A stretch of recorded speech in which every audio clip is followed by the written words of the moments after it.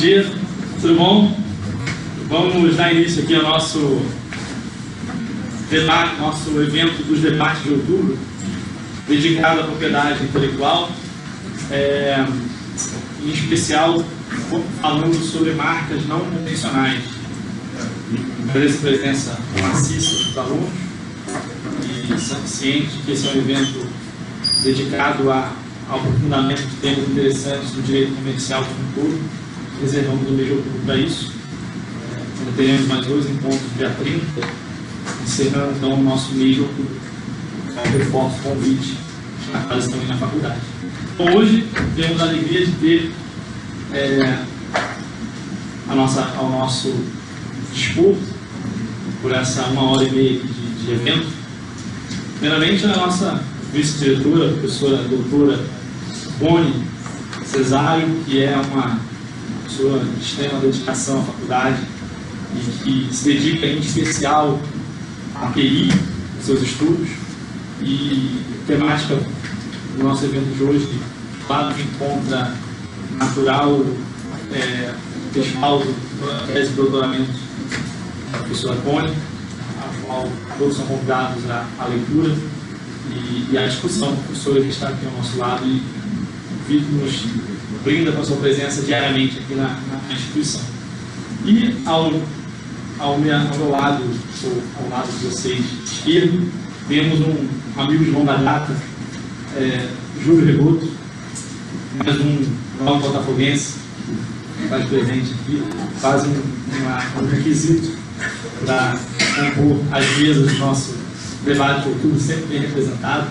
E Júlio é um destacado advogado e estudante do tema também, assim como eu, egresso da Faculdade Nacional de Direito, que já viveu os anos e a vida aqui na faculdade, e foi estudar fora, já fez seu LLM em George Washington, e focado, obviamente, em propriedade intelectual, e atualmente é advogado de uma das maiores bancas do Brasil, Matos Filho Advogados. Já fomos colegas de escritório também, em outro lugar, e agora somos colegas na advocacia e nos estudos. Feito isso, feitas as apresentações, passo a palavra à professora Boni, que vai nos inserir nesse universo instigante das marcas não convencionais, para aqueles que não são conhecedores da matéria, ou aqueles que são, preparem suas corações para essa imersão e as perguntas que são naturais do nosso debate, de outubro. Ok? Então, agradecendo uma salva de palmas aqui a presença da professora.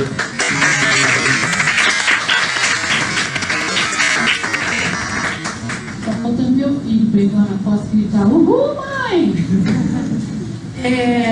Eu quero agradecer muito ao professor Gustavo pela organização dessa semana de debates de direito comercial. E quem é mais antigo aqui na Faculdade Nacional de Direito, alunos e o Dr. Júlio e o próprio Gustavo sabem o quanto, infelizmente, a dogmática do direito comercial é às vezes um pouco negligenciada aqui dentro da Faculdade Nacional de Direito, quando na verdade eu sempre defendo para os meus alunos, eles sabem, que o direito comercial ele perpassa por todas as áreas do direito. Você não tem como ser um bom criminalista, ou um bom civilista, ou um advogado de direito do consumidor ou de família, sem, na verdade, saber de direito comercial. Por quê? Porque todas as práticas, às vezes envolvendo essas outras áreas do direito, vão acabar caindo em alguma situação do direito comercial. Vão acabar num crime falimentar, vão acabar numa duplicata fria, num cheque sem fundo, que é um crime, vão acabar numa partilha de herança que envolve, às vezes, dividendos, ações e uma questão empresarial, vão acabar num divórcio que envolve uma questão de família, que tem uma sociedade no meio. Consumidor, então, nem se fala qual é a correlação, direito do trabalho, então, nem se fala, e tributário. Então, eu tenho que agradecer muito ao professor Gustavo pelo empenho dele, que não é usual a gente ver aqui, né? Então, eu e todos nós, eu como vice-diretora, agradeço aqui ao seu empenho, seu carinho, seu amor, isso que se chama vocação. E essa salva de palmas que vocês deram para mim, eu passo ela agora mentalmente para e quero agradecer ao Júlio, doutor Júlio, pela presença e poder dividir aqui esse assunto na mesa, onde tem alunos aqui do Gustavo, meus alunos, de uma disciplina eletiva de propriedade intelectual, sempre muito requisitada na Faculdade de Direito, sempre a gente teve uma quantidade muito grande de alunos, requisitos, chamadas para termos grupos de pesquisa nesse assunto. É um assunto que muito interessa os alunos aqui da Faculdade de Direito, e esperto eles de se interessarem, porque ainda há mercado de trabalho, diferentemente de outras áreas que estão saturadas, e vocês estão no Rio de Janeiro, o berço de tudo isso, perto do NPI. Eu também não sei se é uma vantagem, perto do NPI, mas aí é outra história. Então, muito obrigado, Júlio. Eu fico muito feliz de você regressar à nossa casa e ver que a nossa casa está empenhada, com professores empenhados e com alunos empenhados. Bom, quem me conhece sabe que eu não vou conseguir ficar sentada mesmo, né? E quem é meu aluno já teve um pouquinho de noção sobre essa questão das marcas não convencionais ou marcas não tradicionais, mas aqui a gente vai aprofundar um pouco, esse assunto vai ser mais crítico, talvez, nesse assunto. Como o professor Gustavo falou, a minha dissertação, minha tese de doutorado é sobre as marcas visualmente perceptíveis e não tradicionais ou não convencionais. Há uma grande polêmica sobre qual o melhor termo, quem ler a minha tese vai ver, para descrever essas marcas. O saudoso professor Denis Borges falava em marcas não convencionais. Alguns órgãos, como a OMP, chama de marcas não tradicionais. E eu fui ousada em chamar de novas marcas. Mas eu também não fui tão ousada assim, né? Eu, na verdade, tirei isso da concepção de dois italianos, o Sandri Riso e o André... Fugiu. Fiz plágio, não lembro do nome. Mas o Denis é Sandri Riso. Por que eu chamo de nova marca? De novas marcas. Por que eu entendo que a etimologia da palavra novas marcas é mais adequada? Porque eu entendo que marca é um mecanismo de inovação. Quando a gente fala em inovação, normalmente todos o conhecimento geral é pensar em inovação tecnológica, inovação que gere patentes, né? Inovação tecnológica e patentária. Mas inovação não é só em tecnologia. Inovação pode ser inovação no processo, inovação em métodos, inovação em marketing e, via de consequência, em marcas. A gente não pode dizer que desta garrafa comum para esta garrafa aqui, muito conhecida por todos nós, né, não houve uma inovação grandiosa que gerou para esta empresa, certamente, um aumento de sua participação de mercado, um posicionamento de mercado diferenciado, uma lembrança do consumidor sobre a sua marca, um destaque, portanto, uma lucratividade muito maior, né? Esta garrafa não é da Coca-Cola uma simples garrafa. Ela existe toda uma técnica, um estudo, uma tecnologia para a sua criação e a sua implementação. Ela tem um formato que agrada os olhos, ela tem um formato onde o consumidor pega ela mais fácil, melhor, sem escorregar. Tem todo um pensamento por detrás dela.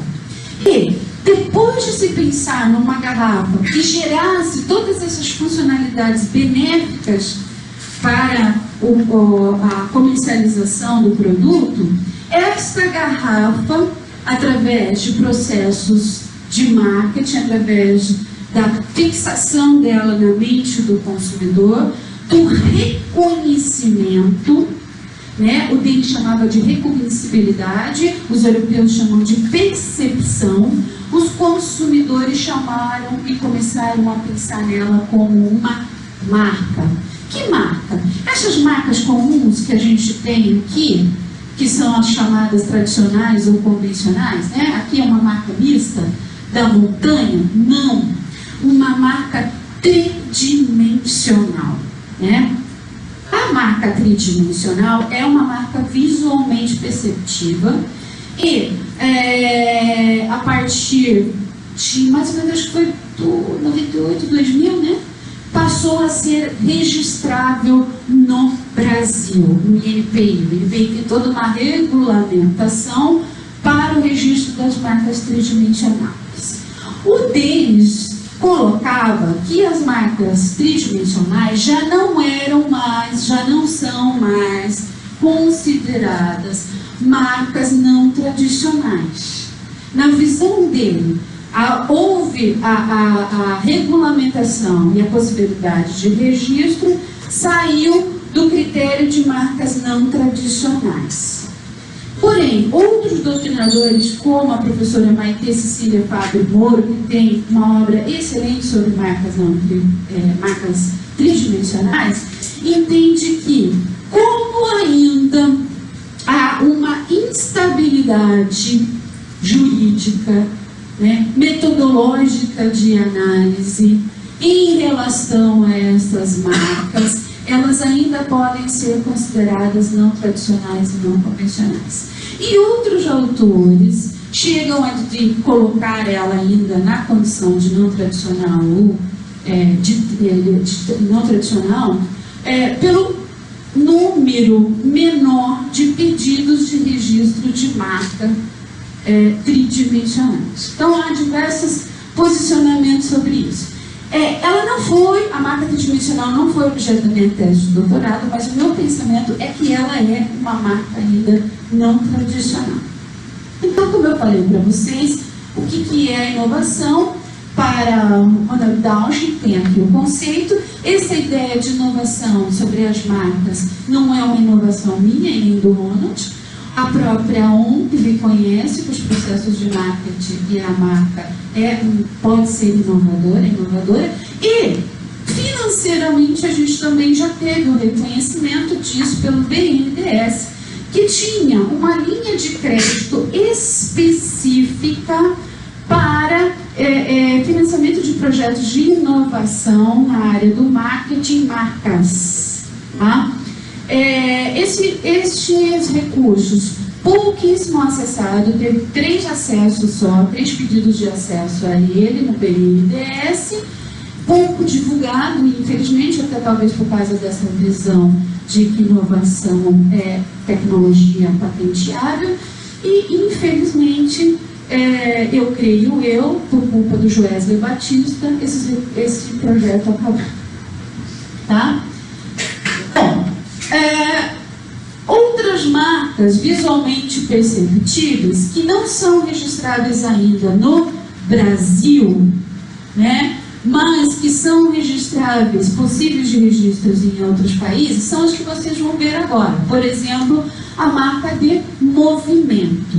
Eu divido a marca de movimento, aqui sim eu inovo na doutrina, entre marca de movimento de objetos e marca de movimento gestual. Já as marcas gestual. A marca de movimento objeto, ela é um movimento, a ação de movimentar algo sem a ação humana. E a marca gestual é aquela que é um movimento que depende da ação humana. Vocês já vão ver a diferença nos próximos slides. Tá? Estas marcas hoje têm uma tranquilidade na maioria dos países, mundo afora aí, de registro. Tá? Então os logofilmes, como da 20th Century Fox, aquela do Leão, do Rugido?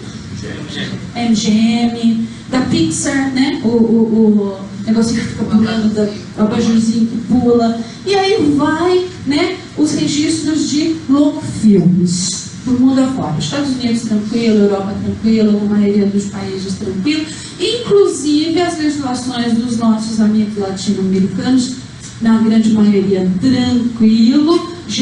Na Argentina, os hermanos já fazem isso com tranquilidade.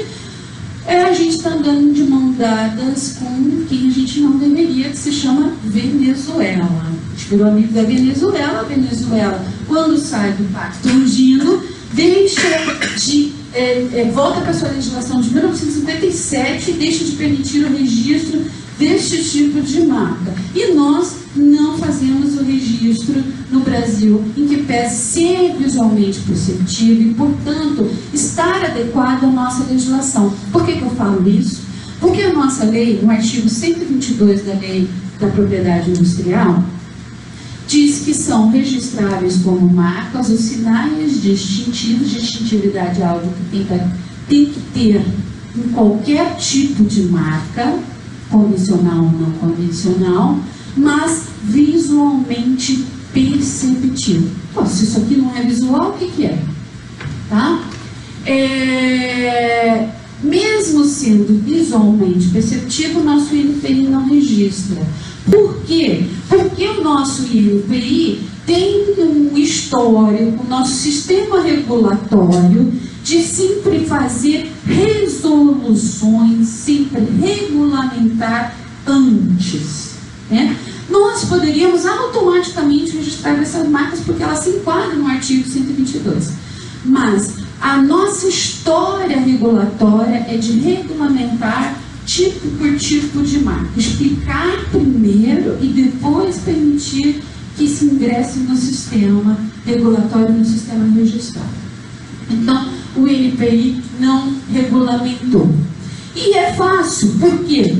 Como que os países fazem? Eles fazem o registro com demonstrativa visual do quadro a quadro do movimento. E aí você tem uma proteção do todo via quadro a quadro.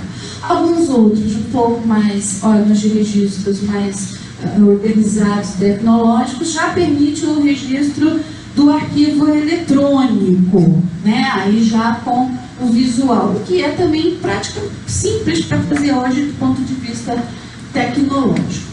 Essas marcas vão enfrentar um obstáculo que eu não vou entrar muito em detalhes para vocês, que não é esse obstáculo de ser visualmente perceptível, mas é de uma questão que se chama funcionalidade. Então, por exemplo, no caso da Lamborghini, nos Estados Unidos foi registrado. No caso da Europa, ele foi negado porque essa forma de abertura da porta foi considerada uma forma não distintiva, não capaz de distinguir, separar um produto do outro, né? Separar um produto de um outro igual ou semelhante, mas sim uma funcionalidade técnica do produto, a forma de abertura da porta.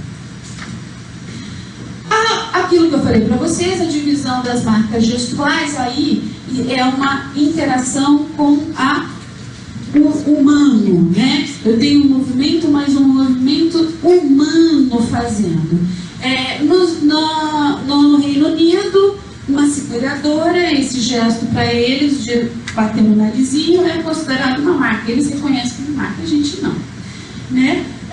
Porque, então, vamos lá. No Belarus, esse gesto reconhecido como marca, tá? Mas é lógico que a gente reconhece isso aqui como marca. Eu não preciso falar nada, né? Nem devia estar o filminho aparecendo aí, meu marido não colocou direito, era para colocar o filminho e vir depois que eu falasse. Lógico que eu não sei fazer isso, vocês sabem. Mas, enfim, este gesto aqui, hoje, ele já é um gesto percebido por todos nós, consumidores, como um gesto característico de uma prestadora de serviço no ramo financeiro. Qual? Então, é uma marca. A gente percebe ela e a gente distingue de outros gestos como... Quem que é essa? Supermarket. Então, se eu faço isso, eu lembro de Itaú. Mas se eu faço isso, eu vou lembrar da velhinha do supermarket, tá? Marca registrada como gestual mundo afora E que no escape do INPI, que não tem como explicar esses escapes, você tem, Júlio? Menor ideia. Né? Como é que na verdade, é faz cabeça de juízes. Você não sabe como vai sair. Tá lá. Eu acho pior. Como que o INPI, que não regulamentou, que teoricamente então não aceita, concedeu o registro gestual da Nokia, que é registrado em mundo afora, em vários países, tá? E este gesto famoso da Copa de 94, a Copa, 4 campeonatos que a gente ganhou, né? Isso. Tá? Que o Dunga fez os jogadores, né? Que na verdade estava fazendo uma referência a Brahma, e aí foi até considerado marketing de emboscada, mas aí é outra história que não parece também legal, né, Júlio? Marketing de emboscada, né? Essas marcas estão registradas, mas não são categorizadas como marcas não tradicionais, ou convencionais, ou como gestuais. Elas estão registradas nas formas de apresentação que o INPI ainda permite, que é mista e figurativa. A da Brahma lá mista e a da Nokia figurativa. Então, é uma situação anômala. E essas situações anômalas geram problema. Por quê? Porque a marca ela tem que ser usada. Né? Toda propriedade ela tem que ser usada. O uso de uma propriedade faz parte de sua função social. E se eu não uso uma propriedade intelectual como uma marca, eu corro o risco de perder ela por um procedimento que se chama caducidade. Tá? Mas, se eu tenho uma marca mista, aonde que ela é posta? Ela é posta aqui. E aí eu provo o uso dela por notas fiscais e fotos, etc, etc e tal. Aqui, ó, tá fácil. Agora, aquilo lá, como é que eu vou provar o uso daquilo lá? Não está em garrafa nenhuma, não está, né? Como é que eu vou provar? Na categoria que ela foi registrada. Se era como gestual, as empresas provariam.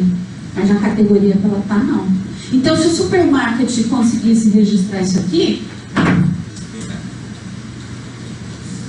ele depois não conseguiria provar o seu uso. Ele teria dificuldades, ele teria lá a prova como publicidade, mas ele teria vários percalços aí. Se fosse gestual, era diferente. A marca do futuro, a marca tecnológica é o holograma, tá? O holograma, ele pode ser bidimensional e tridimensional. O holograma bidimensional, esses estampados nos cartões de crédito, que ficam assim, né? E eles têm um problema que o Denis também levantou, que é, voltamos para aquela noção primordial da marca, que é a função distintiva, a capacidade de separar um do outro, um produto do outro, de ser individualizado. E o Denis diz o quê?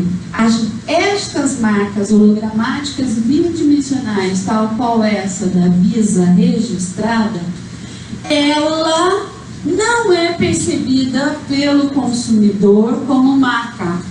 O consumidor brasileiro percebe ela como item de segurança. Então, se é item de segurança, é outra função, não é marca. Tá? Então, no Brasil, nós associamos esse tipo de holograma nos cartões de crédito muito mais como item de segurança do que como marca. Tá? Mas está lá, está registrada. E aqui está registrada como? Lógico, figurativa, também não exprime o que verdadeiramente é a marca, tal qual essa marca europeia da abelhinha. Esta sim mostra todas as facetas de um holograma, porque o holograma ele muda, né? A gente mexe e ele muda. Então essa marca consegue mostrar todas as facetas e aí o seu titular consegue ter uma proteção sobre todo este conjunto visual, todas essas formas que essa figura bidimensional faz. Então, gente, o que era para nós, o Gustavo não sei, e o Júlio também não, mas para mim, ficção científica, né? Específico, acho que para a gente também. Esse aqui, do Volta para o Futuro 2, né, do tubarão saindo, olha só, galerinha, é uma realidade hoje, tá? A Porsche fez em 2014 um anúncio igualzinho que vocês estão vendo aqui, só que eu não consegui, porque o da Porsche não mexia, não deu para pegar o da Porsche, que foi um anúncio aparecendo a marca da Porsche, aparecendo também um carro da Porsche 311, tá? Que é a holografia em terceira dimensão, tá? Hoje, em smartwatches, está sendo muito utilizado já na Europa, e os óculos de realidade aumentada, tá? Então, hoje as marcas saem, elas pulam, assim, quando a gente está com um óculos de realidade aumentada, ou quando a gente tem um smartwatch daqueles bem bacanões que o professor nunca vai ver. E na Europa, eles já registraram uma marca nessas condições de terceira dimensão, foi extinto, mas por desinteresse da parte. Bom, se a gente não está aqui nem registrando isso aqui que eu vou falar para vocês ainda direito, que é uma novela 4, desde 2014, quiçá um dia a gente vai conseguir chegar na holografia. Mas vamos lá. Marca de posição. A marca de posição, ela já está como sistema para o usuário do NPI, ela aparece, ó, como um tipo de marca. Por quê? Porque eles estão debatendo, mais ou menos desde 2014, eu tive a grata sorte de participar da comissão de criação das diretrizes da marca de posição. Porém, está lá paradão, já passou os 3 diretores, a diretriz prontinha, os 3 diretores de marca, a diretriz prontinha. Nada a ver. Tá? Quase como o nosso projeto pedagógico e o nosso regimento. Né? Mas agora o regimento vai sair. Né? Vai sair. Então, está lá tudo pronto, o sistema pronto, a resolução pronto para as marcas de posição, que são as marcas destas visualmente perceptíveis, a que vocês vão ver que tem maior polêmica, realmente não há problemática. O conceito de marcas de posição nasce, na verdade, com um caso europeu, que é o posicionamento desse ponto vermelho nesta junção específica das tesouras, tá? No primeiro momento, os europeus negaram e depois, no segundo momento, o Tribunal Europeu concedeu, entendendo que havia distintividade sim, que o consumidor percebia esse ponto vermelho como uma marca, lá, né? E mais, o que eles fizeram? Eles deram um conceito, eles não só concederam a marca, mas criaram um conceito para a marca de posição, que está aí, tradução livre minha do alemão, então, mas está certo, que eu pedi para o Enzo conferir. Verdade. O Enzo é o professor Enzo Baiocchi. Estudou lá no Maxilano bastante tempo. Bom, então, o conceito, resumindo, é de um conjunto distintivo da combinação de um elemento aplicado a um determinado objeto, sempre numa posição específica e variável. Tá? Um elemento, por que eu estou chamando aqui de um elemento? Porque pode ser uma marca mista, como vocês vão ver alguns exemplos, pode ser uma marca figurativa, pode ser uma cor. E cor no Brasil é irregistrável isoladamente, mas se esta resolução passar, a cor será registrável no conjunto da marca de posição. Né? Sempre essa posição tem que ser fixa, não pode ficar mudando. Uma hora o meu pontinho vermelho está na cabeça da tesoura, outra hora está na ponta, outra hora está no meio. Não, então não é marca de posição porque não fixa na mente do consumidor. O local não pode ser convencional, banal, vulgarizado. Nós vamos ver uns exemplos aqui, então não vou nem explicar muito isso. Né? A posição tem que ser uma posição peculiar. Botar a marca de caminho, botar a marca aqui. Colega, me ajuda na minha exposição. Mateus, por favor. Você será o meu modelo. Modelo da...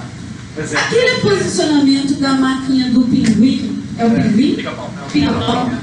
Do pica-pau, na camisa dele, é convencional, banal. Todas as camisas colocam nessa posição. Né? Agora, se tivesse talvez no umbiguinho do Mateus, seria diferente, tá? A representação gráfica, como vocês viram lá, e vocês vão ver aqui, eu não tenho proteção sobre o objeto. Ele não ganhou ali proteção sobre a tesoura. Então aí eu pontilho ela. Falou, eu não quero tesoura, eu quero este pontinho vermelho neste lugar. Né? O que é um pontinho verde no canto da sala? É uma ervilha. Filho de 9 anos. E é uma análise sempre casuística. Tá? A funcionalidade estética, que é um pouquinho parecido com aquela funcionalidade técnica da Lamborghini, é a diferença entre um ornamento e uma marca. Tá? Minha modelo agora. Adriana. Modelo Adriana. Adriana, eu preciso que você fique de costas para mim. Estas borboletinhas, lacinhos, bolinhas na casa de princesa. Preciso trocar óculos. A camiseta da Adriana são ornamentações, não são efetivamente uma marca. São ornamentos para tornar essa camiseta mais agradável, mais bonita, etc. e tal, né? Mas aquela camiseta holográfica, estilosa, que a Rihanna usou, que mudava assim, pode ser uma marca de posição. A gente vai dar uns exemplos aqui, vocês vão entender. Pronto, chegamos aos exemplos. Tá? O famoso sapato Labutin. Júlio, a Débora Portillo falou, eu tinha uma botânica, quero fazer um evento aqui, você não chamaria o pessoal da NCI? Chamo, se eu ganhar um sapato Labutin. O sapato Labutin se tornou uma referência de casos, de case, na discussão da marca de posição, na proteção da cor, no que é ornamentalidade, ou seja, funcionalidade estética. Tá? O sapato Labutin conseguiu, mundo afora, né, o registro deste posicionamento da cor vermelha nos solados de sapatos de salto alto femininos. Tá? Mas ele não conseguiu assim tão fácil, não. Teve várias polêmicas nisso. Tá? No processo nos Estados Unidos, a princípio concedido, depois teve uma volta atrás no tribunal e eles tiveram até como amigo escura a Tiffany. E teve uma outra também que está me fugindo do nome. Depois, definitivamente concedido. Na Europa, teve bastante polêmica. Na França, foi concedido, depois feito uma exigência para que eles especificassem Pantone, efetivo Pantone da cor. E na Suíça, agora recentemente, em 2015, os suíços falaram não concederam. O Tribunal Suíço não concedeu definitivamente, entendeu que é uma ornamentalidade, que é uma funcionalidade estética. Eu, particularmente, sem nenhum interesse exclusivo em ter um sapato Labutin, entendo que é uma inovação, sim. Portanto, uma marca nova. É uma marca não tradicional. Por quê? Porque ninguém pensou nisso antes e ninguém, principalmente, em vez de pensar, porque teve um cara até que pensou antes, a Carmen Stefan pensou antes. Ela colocou sapatos solares coloridos. Mas ninguém gerou distintividade como o Labutin gerou. Hoje, você assiste o Red Carpet, eu assisto. Se vocês não assistem, é porque vocês têm que estudar. Eu vejo ela andando. Eu sei que todos os sapatos são caríssimos, mas o único que eu sei qual é efetivamente é o Labutin.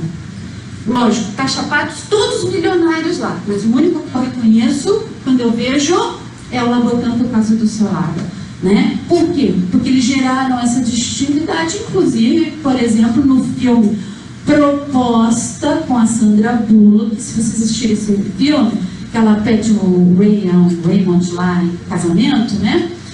O filme inteiro ela está de Labotan.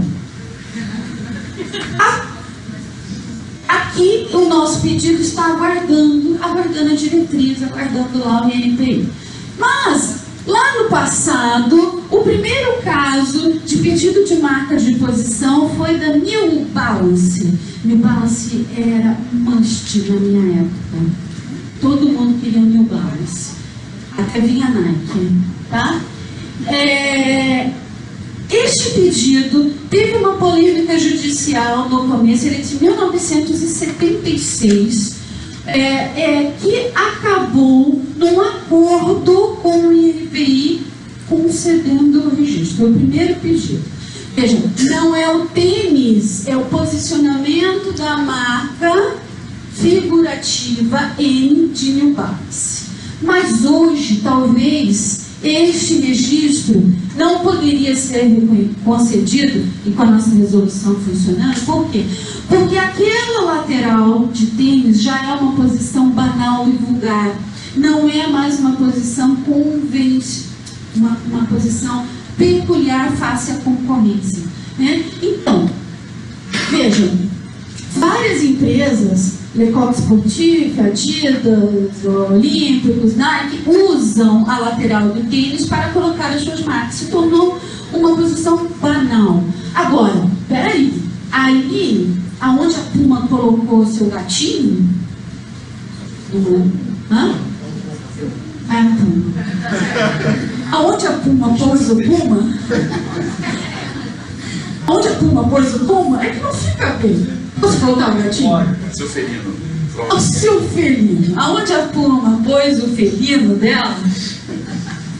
Também não fica bom. Gatinho. É peculiar face à concorrência. A gente não tem essa banalização da colocação da marca ali no bico do tênis. E também a rebota ali naquela lateral do tênis ali. E vejam, lá fora isso está tranquilo, né? E quando eu falo lá fora, assim, os americanos são muito mais tranquilos no registro dessas marcas, nem questiono.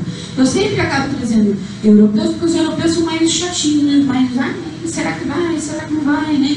Tem o português que fala, ai meu Deus, aí o italiano que, bagunça tudo, aí o alemão que conserta tudo, enfim, os europeus são mais críticos.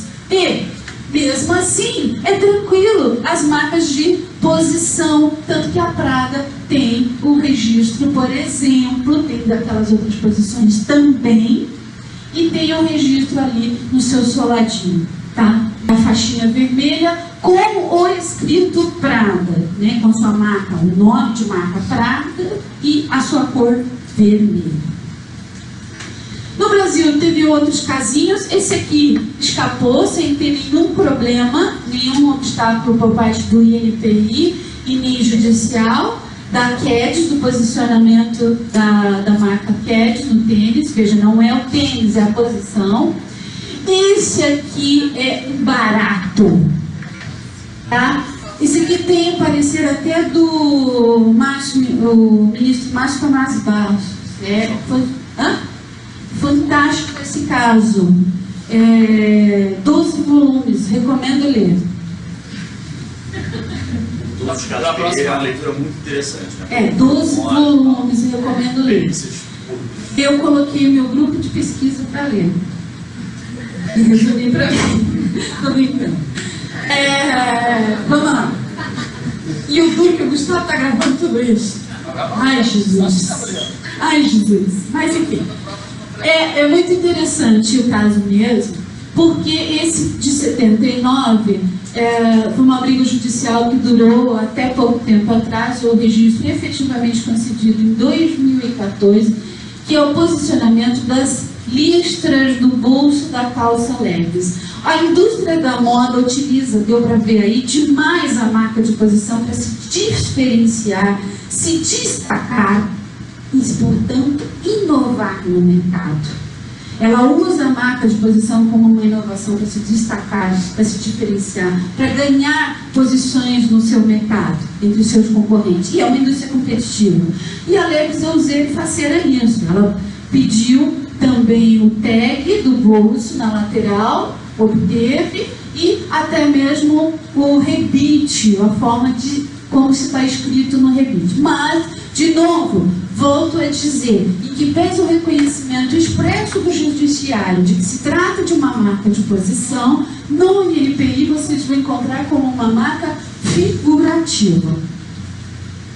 Há também uma questão internacional a respeito disso, do fato da gente não regulamentar, não resolver isso. A gente tem a Convenção da União de Paris que fala de um negócio chamado telequera, que eu sou de um país que faz parte da Convenção da União de Paris, que é praticamente todo mundo ocidental. Eu tenho o meu direito de registrar a minha marca num outro país da Convenção, tal qual ela é, telequera, tá? Tal qual ela é, do jeito que ela é. Mas aí o que acontece? Então o francês vem e fala: eu quero o meu telequera aqui no Brasil, da minha marca de posição, porque eu tenho lá na França. E o Brasil diz: não, porque eu não estou registrando marca de posição. Aí aquela empresa foi, Modefi, foi ao judiciário, mas eu tenho que fazer aqui um comentário. A decisão do judiciário, infelizmente, ela vai no sentido de que é uma mera ornamentalidade.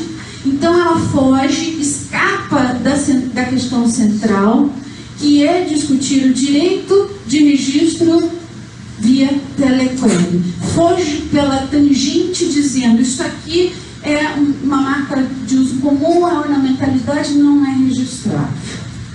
Tá? Basicamente, o problema que a gente enfrenta com a maioria das decisões. O cara acha uma saída e não enfrenta a questão central. Porque a questão central é o direito do francês registrar que a marca dele tal qual ela é, né? E por outro lado, o judiciário, o INPI, faz isso aqui desse lado direito e do lado esquerdo não. Não me perguntem como e por quê, tá? Por isso que eu digo que é pior que o judiciário. Ó, aqui não aceita, ali aceita. Bom, outro caso interessante é do caso da Adidas. É uma demonstração de: tome cuidado, você pode atirar e bater no escudo do Superman, não tem chama aquele, do Capitão América, e voltar. Tá? A Adidas fez uma busca e apreensão no Porto de Santos, um container cheio de produtos vindos da China, com calças, roupas, bermudas, jaquetas, que tinham só as 3 listras. Não tinha escrito Adidas, não tinha a palavra Adidas em nenhum lugar, mas tinham as 3 listras da Adidas, conforme a Adidas sempre posiciona. Fez a busca e apreensão. Em sua defesa, a empresa importadora entrou com uma ação de nulidade de todos os registros alegados na busca e apreensão que foi feita pela Adidas, que são alguns desses, foram mais registros que a Adidas alegou, foram mais, depois alguns que não cabia tudo no exórdio, tá? Entrou com uma ação de nulidade desses registros, alegando o quê? Escuta, isso aqui não é nada, isso aqui é uma figurinha, isso não é marca de posição. A Adidas não tem o direito sobre a lateral da perna. A Adidas não tem o direito sobre a lateral do braço. A Adidas não tem o direito sobre a lateral do tênis. Por quê? Porque no Brasil não existe marca de posição. Eles são jovens. Tá? O que acontece? Foi uma grande polêmica, decisão desse caso, quase que a Adidas toma uma invertida de ter os seus registros declarados nulos, né? Mas acabou se prevalecendo a tese, de novo, tangente do judiciário, mas uma tangente que aí até que não foi tão ruim, que foi tanto de primeira instância quanto de segunda instância, mas com voto divergente do André Fontes, de que havia um reconhecimento de que a marca era de posição. Né? E a juíza, Márcia Nunes, de primeira instância, ela vai sim um pouco no dedo da ferida. Ela fala, olha, tudo bem, isso aqui é uma marca que está anômala, está errado a forma que está registrada. Mas por quê? Não é por culpa da empresa, é por culpa do órgão que não regulamenta. Porque, na verdade, a empresa usa como posição, usa como é aqui os seus registros infinitos e milhares de registros americanos e europeus que ela tem, como esse exemplo aqui. Tá? Seguindo. Quando a gente fala em marcas não tradicionais, às vezes a gente vê um problema também de identificar quando é uma coisa, quando é outra coisa. E não é diferente na marca de posição. A gente tem um problema, quando nós falamos de marcas de posição em serviço, de identificar. Nós estamos falando de uma posição, nós estamos falando de uma proteção de cor, nós estamos falando de um trade dress. Tá? Estas marcas todas que vocês estão vendo, tanto na Europa quanto nos Estados Unidos, como elas falam em position, como elas falam em posicionamento, elas foram consideradas marcas de posição. Posição da cor azul no gramado do estádio. Posição dos elementos na fachada do posto. Posição dos elementos na cauda do avião. Elas foram consideradas marcas de posição. Mas haveria uma polêmica, haveria necessidade de um aprofundamento para a discussão se isso realmente não seria uma marca de cor ou se aquilo não seria efetivamente um trade dress. Minha opinião, no caso do ESO e no caso do American Airlines, sem dúvida nós estaríamos falando de trade dress. Olha aqui, ó. Olha o que é o trade dress. O trade dress, ou conjunto imagem, ou conjunto visual, é o layout de um produto ou de um estabelecimento comercial, né? Então esse layout, esse conjunto de elementos aqui, de cores, de formatos, de forma das letrinhas, né? Disposição, como é que elas estão dispostas nessa embalagem. Este é o conjunto imagem, este é o trade dress. Trade dress é um termo colhido do direito americano. Aqui o Timo Soares fala em conjunto imagem, o Gustavo aqui vai em conjunto visual. Caramba, a gente decora essas porcarias quando faz uma peça, né? Deus, meu Deus, tá vendo que você vai passar? Aí,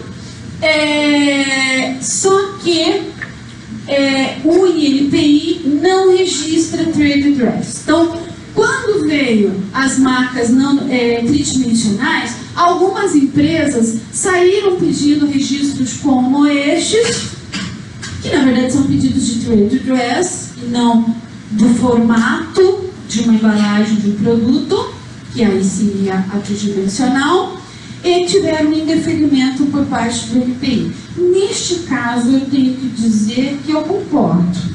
Eu não concordo com o fato do INPI não regulamentar. E tem uma outra questão. O INPI não regulamenta porque ele se acomodou com o jeitinho brasileiro de resolver as coisas, que é, bom, já que o INPI não resolve, não tem o registro, mas o cara, e é muito comum a cópia, né, a imitação de trade dress de uma embalagem a outra, né, é muito comum isso. Então as empresas brigam muito, tem muitas demandas a respeito disso. Os advogados vão lá e falam, então vamos buscar uma outra forma de resolver essa história, vamos buscar um outro meio, o judiciário, vamos pelo meio da concorrência desleal. E acabou se solidificando no país que a proteção do trade dress por meio da concorrência desleal, artigo 195 da Lei da Propriedade Industrial. Acabou se solidificando assim e a INPI se acomodou. Tá? Eu não gosto dessa acomodação do INPI e eu, se eu advogasse ainda, eu ia brigar na justiça para ter um registro efetivo de um trade dress. Em que pese teve um caso famoso, Mr. Cat e Mr. Foot, que acabou gerando, na minha concepção, nós estamos no debate, que é um debate para ser crítico, um problema, tá? Esse caso, Mr. Cat e Mr. Foot, o tribunal, né, entendeu que o trade dress era tanto os elementos visuais da Mr. Cat, do estabelecimento, quanto a sensação do consumidor dentro do estabelecimento. O que ele sentia, a disposição das coisas, etc. e tal. Bom, quando você vê registro de trade dress lá fora, tem os países que têm uma legislação específica, como os americanos, tem uma normativa específica, não legislação, mas uma normativa, que remete todo ao sistema marcado, está falando do layout. Os alemães, está falando do layout que tem. Ou os europeus, está registrando o layout. Não esse conjunto de sensações. Esses conjuntos de sensações, esse até vai lá para a concorrência desleal. Porque senão, sabe o que acontece? Meninos, aquela lanchonete de São Paulo que vocês adorariam ir. Hooters. Qual que é a maior característica de sensação dentro da Hooters? Segundo o meu marido. Ver peitões. Vergonha? Ele não ficou com vergonha, não, ele é sem vergonha, viu? Então, né? Sensação de bem-estar por estar perto de mulheres bonitas, com peitões, etc. E tal. É isso que é a imagem que o Hooters vende, tá? Sem fazer juízo de valores aqui. Mas e esta é a imagem que o Hooters vende. Então, se eu fosse ter um registro das sensações, eu teria que registrar o peito da moça, camisa branca curtinha, etc, etc, etc e tal. Se eu falar que trade dress é tudo isso, é o uniforme, é a cor das unhas, como tem gente que defende isso, então eu tenho que também registrar os peitos das atendentes da Hooters, porque é característica. Tá? Falo demais. Bom, caso importante para vocês. Este caso aqui, que é da Natura versus Jequiti, vai ter um impacto muito grande quando ele for definido, porque ele é com repercussão geral.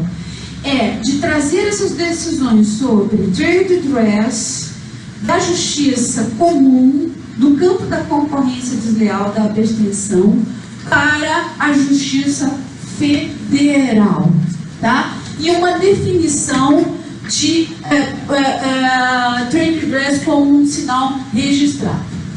Esse caso mexe com trade dress virtual, são dois escritórios de propriedade intelectual. Um alega que o outro copiou o layout do site, o FG alega que o Província copiou o layout do site, trade dress do site, o conjunto visual do site. Em primeira instância, FG Marcas não ganhou. Você conhece, né, do lançamento. Eu não vou entrar no resto não, porque o nosso coordenador já apitou aí. Essa aqui, só para vocês saberem, uma coisa bem rapidinho. Uma pesquisa empíricas que eu fiz com o consumidor via internet, consumidor real, numa base de dados. Essas decisões diziam, por exemplo, que aqui podia conviver Danone e Nestlé e que aqui não podia conviver, porque a Aveia estava copiando o trade dress da Dove.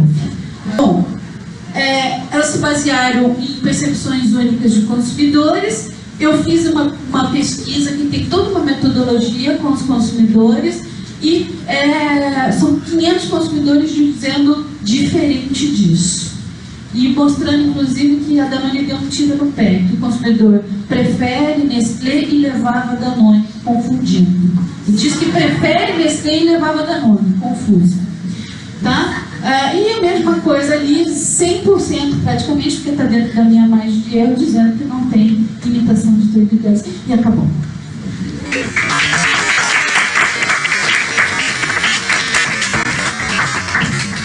Senhores, bem alegria ver a exposição da professora Fone aqui na casa, falando de um tema tão instigante. E agora passamos novamente a palavra ao Júlio, sem mais delongas, que vai então nos dar uma visão, um jargão muito mais de quem advoga e não está sensível talvez tanto assim à academia, e que com certeza vai dar alguns inputs adicionais à louvável apresentação da pessoa. Bom, boa tarde já, gente. Eu fico muito feliz de ter sido convidado para falar aqui hoje, voltar à casa que eu estudei. Eu tive a sorte de ser colega de faculdade e de escritório, então muita admiração também pela posição dele como professor. É complicado falar depois da vice-diretora da faculdade, depois da professora de propriedade intelectual da faculdade, mas eu vou tentar fazer alguma coisa aqui que faça sentido. Certamente uma apresentação vai ser tão interessante ou tão instigante, mas eu acho que a gente pode levar isso para o debate daqui a pouco. A professora Connie falou e explicou sobre o requisito da visualização das marcas serem registradas no Brasil. Só que esse requisito específico do C22, que é a distintividade visual, ele não impede que existam outras marcas. O que ele fala você não pode obter um registro de outros tipos de marca.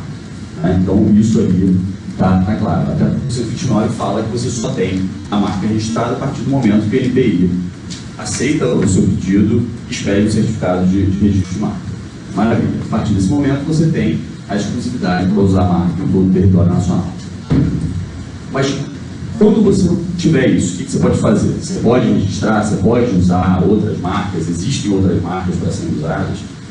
Eu acho que em 96, quando a gente falava lá na LPI ou no código de 72, a gente não tinha essa explosão de marcas, sensações e tudo mais.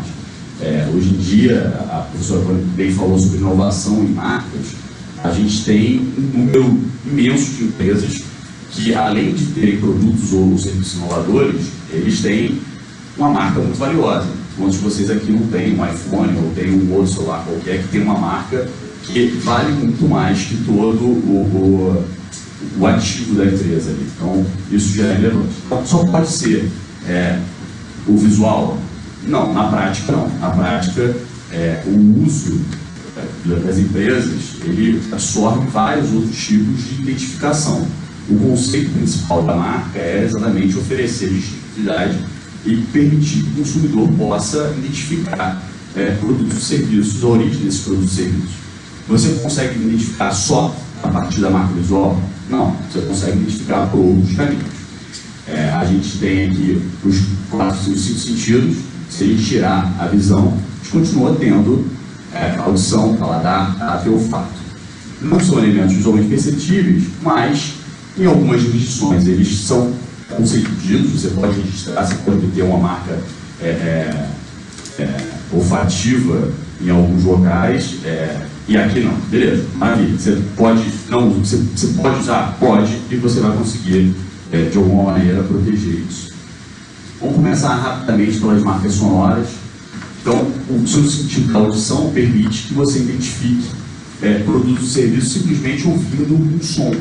A professora Connie usou o exemplo da LGN mais cedo, e todo mundo já deve ter visto o filme, ou já lembra em algum momento daquele rugido do leãozinho que identifica todos os filmes da LGN. Curiosidade, eles usaram vários leões ao longo do tempo, mas sempre com o mesmo intuito. O rugido do leão identificando a origem daquele filme. Especificamente, esse rugido está registrado no escritório americano de propriedade intelectual, tanto quanto no escritório europeu. A marca Leo Pelado.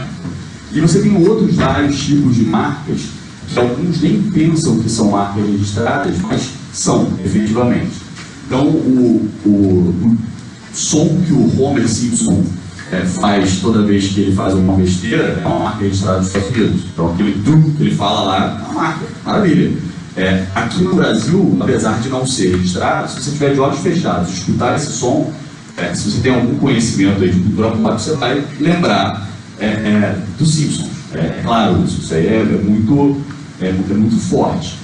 Então, a crítica toda será que a gente não está no momento de começar a pensar em expandir os nossos registros? A gente não tem que começar a pensar que o mundo hoje funciona de outras maneiras, além só do visual. a profusão de dispositivos que produzem som, imagem, reprodução de filmes e de animações tal, que você tem na tela do celular o tempo todo, já permite um tipo de aplicação que não existia. Como curiosidade, outra marca registrada é a respiração do Darth Vader. Todo mundo sabe que ele tem aquela respiração carregada, isso é uma marca registrada nos Estados Unidos. No Brasil, a gente tem um som que todo mundo conhece. A professora Cone me lembrou, inclusive, da decisão europeia, mas o Plim Plim da Globo não foi registrado na Europa. Por quê? Porque é um som, por um escritório europeu de marcas, é um som banal, trivial, sem ter nenhum tipo de distintividade.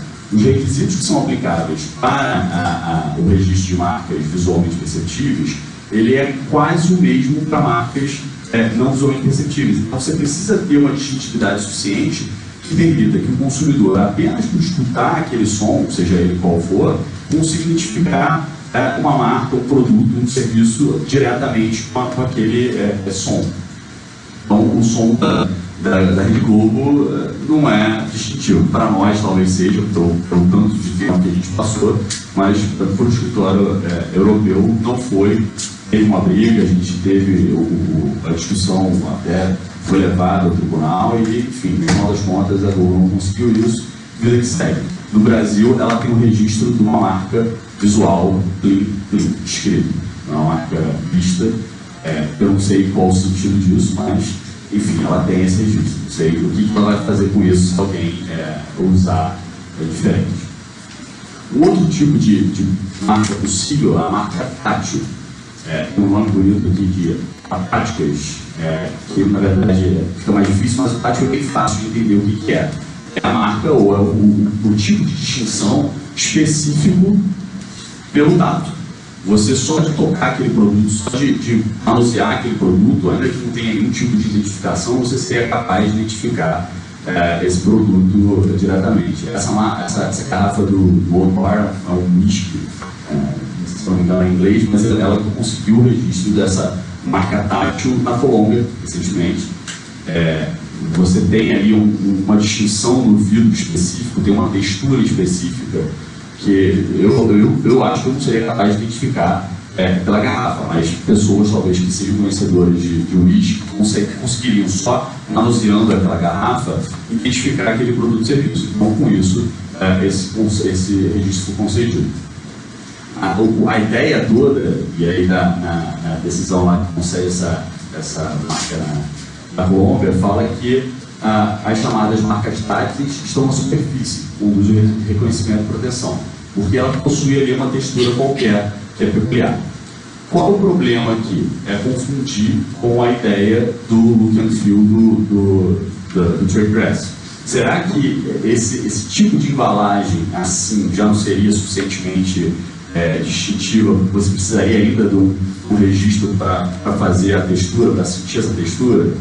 Talvez a gente pudesse ter uma saída por aí. Nos Estados Unidos a gente tem outros tipos de registros interessantemente também para garrafas. Então, você tem garrafa de vinho com uma textura de veludo, ou uma garrafa de vinho com uma textura de couro.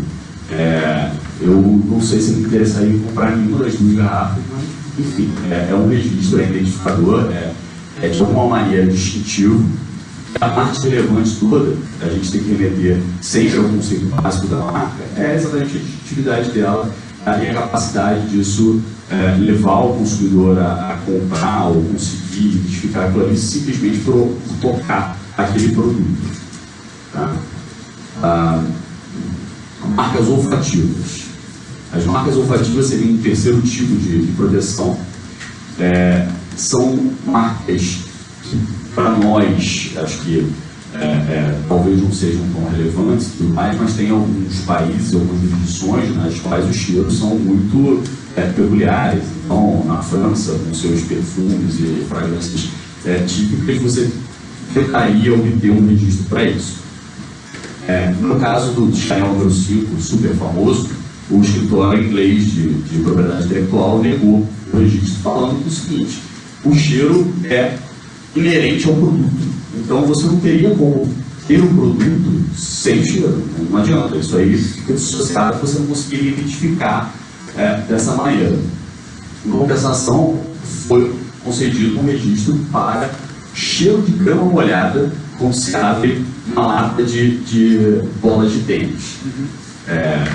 O cheiro de grama molhada não é inerente a uma bola de tênis, mas nesse caso eles conseguiram fazer isso e de alguma maneira identificaram essa maneira do produto. Nos Estados Unidos também tem um registro muito interessante que é o cheiro das lojas da Variety. Você entra na loja, você pode estar de olho fechado, você vai sentir aquele cheiro e vai identificar. Não sei se isso para uma loja de telefonia faz sentido, mas para a Abercrombie Fitch lá, que tem todo um conceito por trás da marca e tudo mais, a loja mais escurinha, que tem um cheiro da loja sempre igual, talvez faça sentido. Aqui tem um caso interessante que nos Estados Unidos a Green Penny conseguiu o registro do cheirinho de chiclete das suas sandálias. Eu acho que é a Melissa, não tenho certeza. Mas é interessante porque existe então um interesse de empresas nacionais. A Green Penny é um grande player do mercado de calçados nacional, é um dos maiores sem dúvida, conseguiu se registrar. Então talvez ela tivesse interesse aqui também. Facilitaria sem dúvida nenhuma a defesa dessa exclusividade num momento qualquer de litígio. Você poderia comprovar usando o seu registro. E a preocupação do registro é quase sempre essa: facilitar, criar um meio de prova validado pelo INPI que evita a identificação do seu produto. Agora, qual é o problema disso? Como é que você compara cheiros? Você precisa de um perito, você precisaria de um perito. E aí, o perito vai ser capaz de perceber todas as nuances daquele perfume, daquele cheiro e tudo mais? Você tem um outro problema que é a subjetividade. Eu sinto quase nenhum cheiro, minha esposa sente todos os cheiros do mundo. Então, como que você compara isso? Uma pessoa pode sentir de um jeito, outra pessoa pode sentir outro jeito, e aí como é que você faz para efetivamente dar uma certeza de que aquele registro que está sendo concedido é para um cheiro específico? Você tem muito mais clareza quando você concede um registro, uma marca visualmente perceptível, ela está no papel e ela tem que ser usada daquele jeito. Se ela não for usada, ela vai sofrer um processo de caducidade. E o cheiro pode mudar ao longo do tempo. Então, um cheiro que foi depositado para registro qualquer, ele pode, ao longo do tempo, mudar. O certificado de registro das marcas olfativas no USPTO é interessante porque ela fala que é uma marca olfativa e descreve o cheiro. Bom, a descrição do cheiro pode ser diferente para pessoas diferentes. Então, se você conhece aquele cheiro e associa a alguma coisa, você descreveu usando isso. O cheiro de grama molhada talvez mude conforme o tipo de grama de grama molhada e que você está acostumado a sentir. Não sei como que você conseguiria fazer isso. Então, acho que a gente tem uma discussão grande aqui. As marcas, para mim, mais interessantes das não tradicionais, não visuais, seriam olfativas e sonoras. Acho que a tátil, não sei onde a gente tem muita utilidade prática, eu acho também interessante pensar nisso, né? A função social da marca só faz sentido quando você efetivamente vai ter um uso para aquilo, vai ter uma aplicação para aquilo, uma aplicação comercial, uma aplicação que permita se destacar e tal. Agora, você tem um registro para alguma coisa que não vai ter muito uso, talvez não seja o caso. É interessante pensar que já existem dispositivos, já existem aplicações que permitem, por exemplo, que um usuário de games ele tenha um dispositivo na sua casa que evita cheiros e enfim, outras. Não sei se voltar para cheio. Ele vai emitir vento, cheiros, sensações para o jogo, por exemplo. Então, a partir do momento que você tivesse isso, imagina, você entra no site da vendedora de bolinhas e sente o cheiro de grama molhada quando você está lá. Talvez isso favoreça uma compra de impulso ou coisa parecida, porque você associa aquele cheiro a uma sensação agradável. Para fechar rapidamente, a gente passar um pouco para a discussão, as marcas gustativas. eu não conheço nenhum registro de marcas justificativas. Então, perfeito, a pesquisa não está mostrada.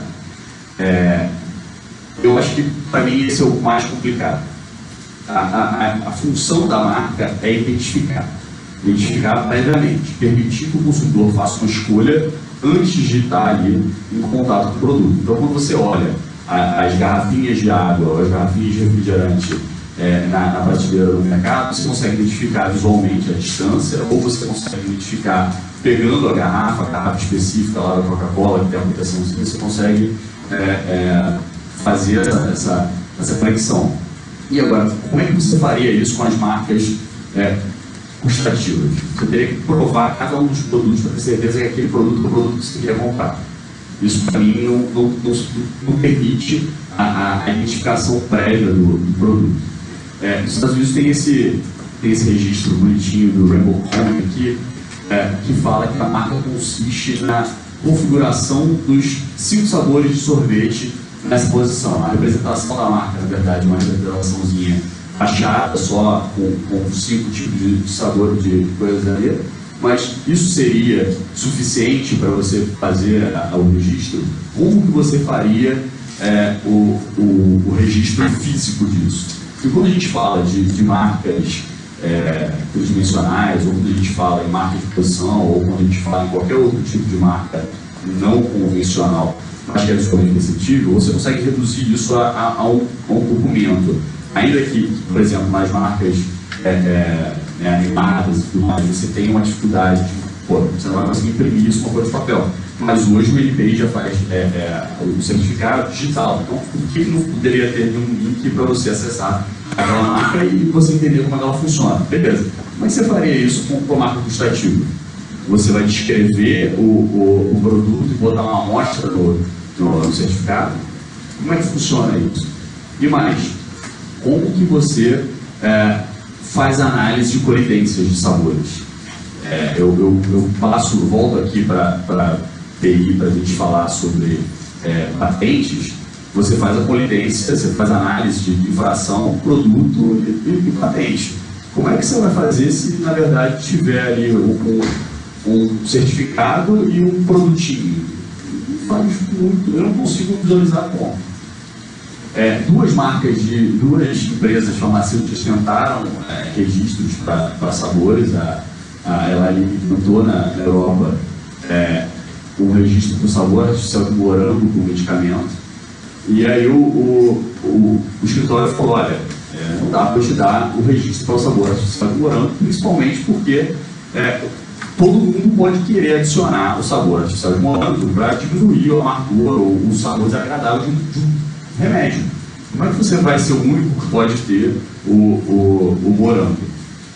Eu acho que se fosse possível criar um sabor completamente novo, que não tivesse nenhum tipo de correlação com o mundo físico e já estabelecido, talvez houvesse uma chance, mas pegar simplesmente sabor artificial de alguma coisa, aplicar um produto para cumprir uma função que não é de identificar, mas de melhorar a performance dele, eu acho que isso não se torna com o princípio de identificação da marca. No USPTO também teve a mesma questão com o sabor de laranja, novamente uma farmacêutica. As farmacêuticas são grandes clientes da indústria da propriedade industrial, mas nesse caso também não acho que faz sentido. Como é que você faz? Então, todo mundo tomar um suco de laranja tem que pagar um royalty ali. Se você tomar um suco de laranja junto com o medicamento, pronto, você está de alguma maneira infringindo a marca do titular. Então, isso é complicado. E além disso, existe a questão da colidência aleatória.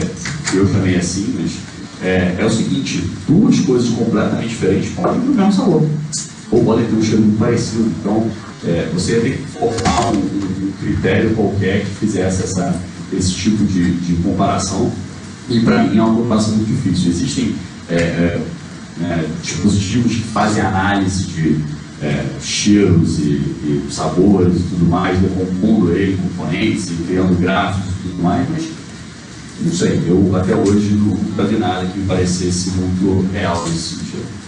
Mas então, se não tem registro para nenhum desses, se é tão difícil fazer isso no exterior, e você não tem a possibilidade de registro aqui, o que você faz? Como é que você protege se não tem esse registro?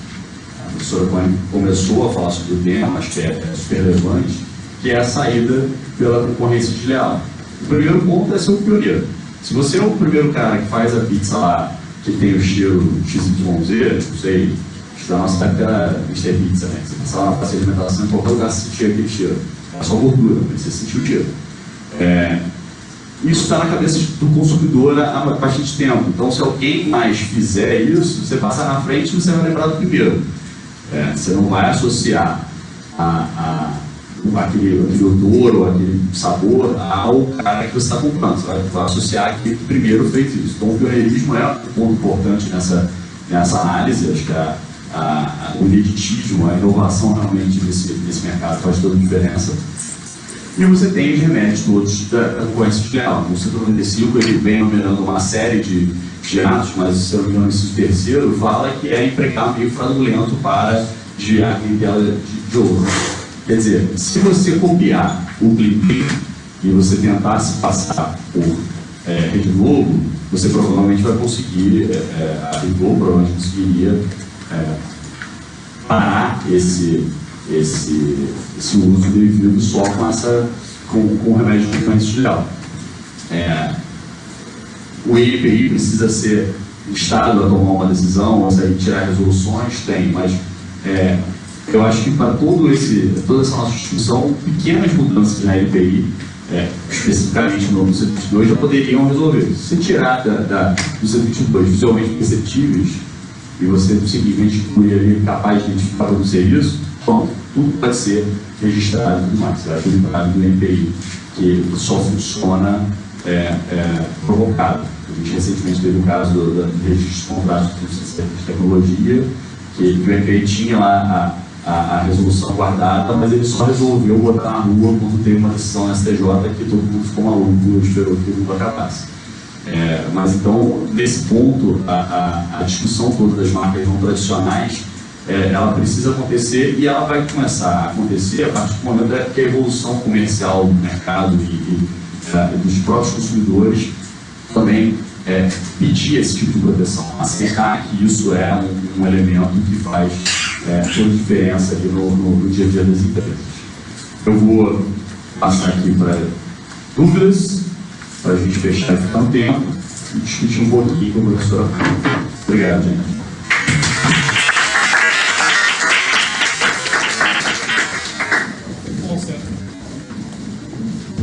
Bom, senhores, então, a apresentação do Júlio, a gente dá seguimento agora do nosso debate de outubro, abrindo a perguntas. Então, quem gostaria de formular a primeira pergunta?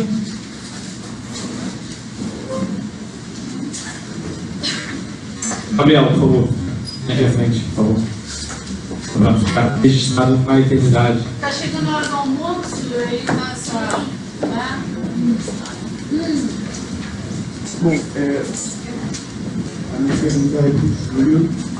Recentemente eu tenho visto as questões de controle de receita, enfim, do mundo culinário, e eu queria saber se tem alguma relação com essa questão da marca gustativa. Obrigado. Na verdade, não.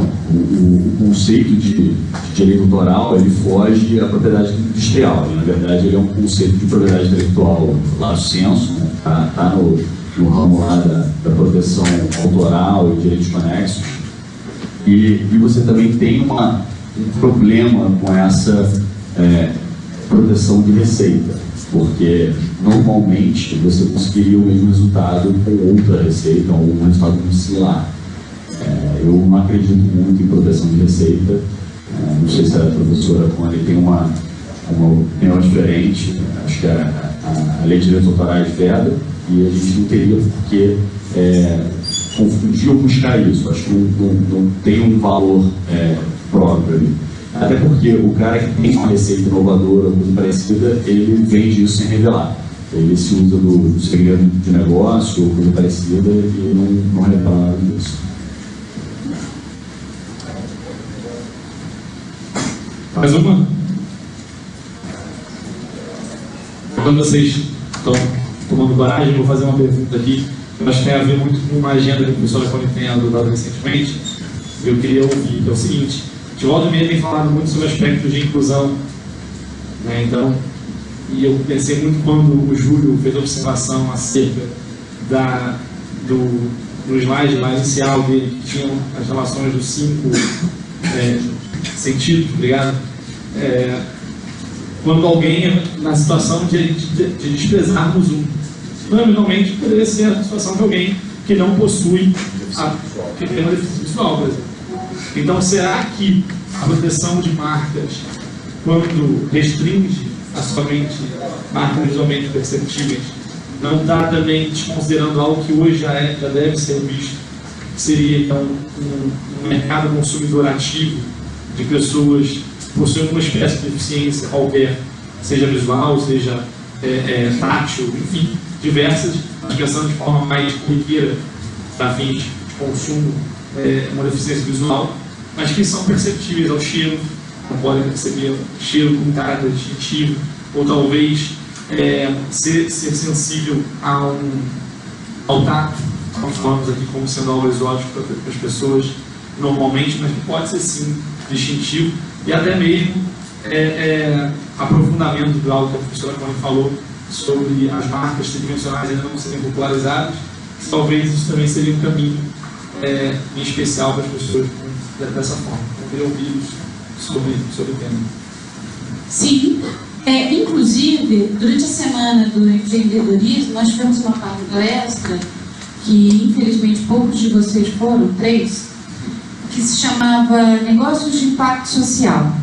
E aí eu trago essa ideia de negócios de impacto social, que são negócios lucrativos, mas que são feitos para resolver problemas da sociedade, atender grupos da sociedade, como, por exemplo, uma empresa que desenvolveu confecção específica para cadeirantes, porque para um cadeirante, o que adianta um bolso no bumbum? Nada. Para um cadeirante, ele precisa de um bolso na frente. E aí, esse bolso, eventualmente, pode até ser uma marca de posição. Então, o uso das marcas não tradicionais, não visualmente perceptíveis, ou até mesmo as visualmente perceptíveis, elas têm uma função social e elas podem ser um negócio, uma propriedade intangível de impacto social. Propriedade intangível de impacto social. Porque nós teremos, quando as empresas se despertarem para isso, para um uso maior disso, mas para elas se despertarem, nós também precisamos da legislação para dar segurança jurídica, nós precisamos da regulação para dar segurança jurídica, nós teremos talvez elas explorando este mercado dos deficientes, das pessoas com deficiência, e de certa forma contribuindo para melhorar a qualidade de vida deles. Eles poderem perceber um produto pelo cheiro, eles perceberem um produto pelo tato, Um outro exemplo de marca tátil é a bolsa da Louis Vuitton, aquele couro da Louis Vuitton é uma marca tátil. Então, se as empresas, tiverem a segurança jurídica, forem estimuladas, a gente tem um impacto social, por exemplo, na questão do mercado, acesso ao mercado, acesso às marcas para os deficientes, para as pessoas com deficiência. O Stevie Wonder tem registros de marcas em braille nos Estados Unidos e na Europa e nos Estados Unidos há diversos registros de marcas de vinho táteis, garrafas de vinhos táteis, com certo foco ao deficiente visual. Concordo plenamente com a ideia e acho que a gente está realmente evoluindo para chegar num momento onde as empresas vão perceber que aí tem um valor grande e aí começam a pressionar os órgãos, talvez o INPI ou o que quer mais que seja, para que isso seja propriedade delas efetivamente, porque faz toda a diferença você poder proteger a forma como o usuário vai manusear aquele produto e tudo mais, até porque hoje mais do que nunca, isso é super relevante. Realmente, a inclusão social por meio de políticas que incentivem isso faz toda a diferença. Obrigado pela pergunta. Fazer. E agora, senhores, agora temos mais uma para finalizar? Algum aluno interessado? Não sei.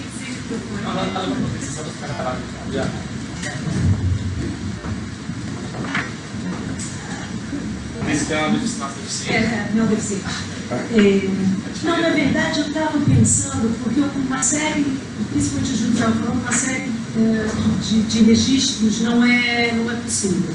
Mas é possível você incluir uma série de características, seja táteis, sonoras ou olfativas, no registro do produto, de um produto em si?